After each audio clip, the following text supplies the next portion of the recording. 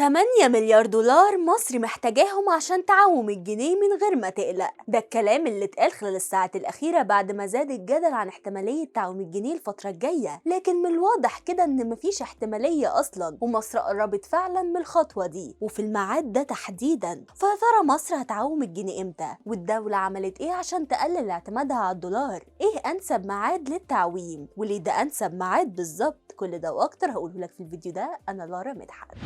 من وقت للتاني بتطلع مؤسسة دولية ولا حتى خبير اقتصادي بتقرير يوضح فيه مصير الجنيه الفترة الجاية، سواء كان هيحصل تعويم أو لأ. وطبعا ده يخلي الناس في حيرة أكتر، لأن كل تقرير بيكون مختلف تماما عن التاني، ومحدش لسه عارف مصير الجنيه إيه الفترة الجاية. لكن الساعات الأخيرة واحد من كبار الخبراء الاقتصاد طلع واتكلم عن الموضوع ده وكشف مصير الجنيه الفترة الجاية. لكن يا ترى قال ايه؟ شوف يا سيدي، نعمان خالد المحلل الاقتصادي في إدارة البحوث الاقتصادية في بنك NBK قال إن من المتوقع إن مصر ترفع أسعار الفايدة في الفترة الجاية، وده بسبب صعوبة تحرك البنك المركزي في الفترة الحالية لتحريك سعر العملة. وقال إن الاتجاه لرفع أسعار الفايدة هيكون القرار الأنسب لاحتواء التضخم اللي ارتفع بشكل مش متوقع، رغم إن البنك المركزي ما خدش قرار تحرير سعر الصرف.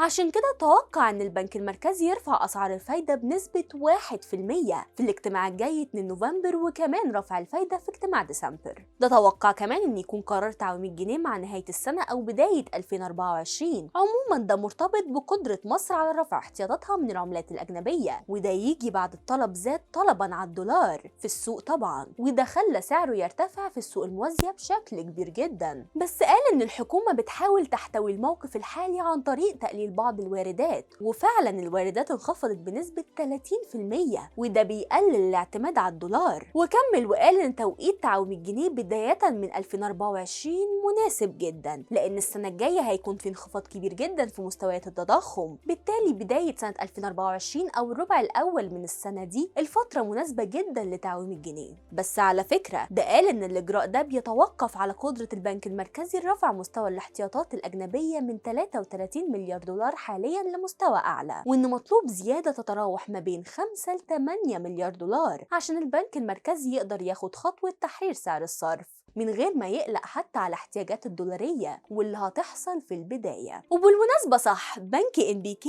كان توقع انخفاض معدل التضخم وأسعار الفايدة في العام المالي 2024-2025 واستقرار الجنيه بجانب إصلاح السياسات العامة، وده هيصب في مصلحة النمو الاقتصادي. البنك قال كمان إن في فجوة تمويل خارجي بقيمة 12 مليار دولار السنة دي، وده ممكن سد جزء منها عن طريق تطبيق إجراءات الخصخصة والدعم الحكومي والسحب من الاحتياطات.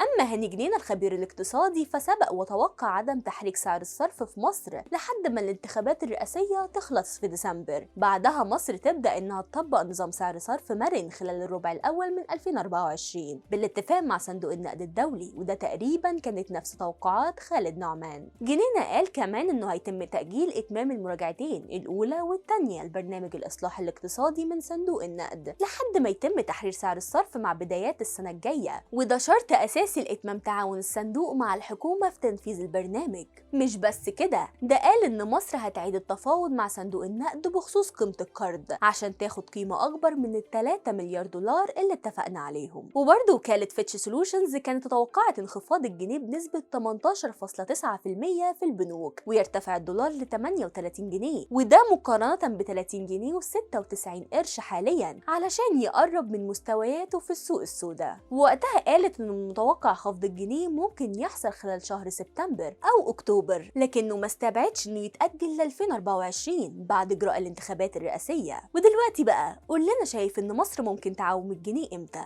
اكتب لنا في التعليقات.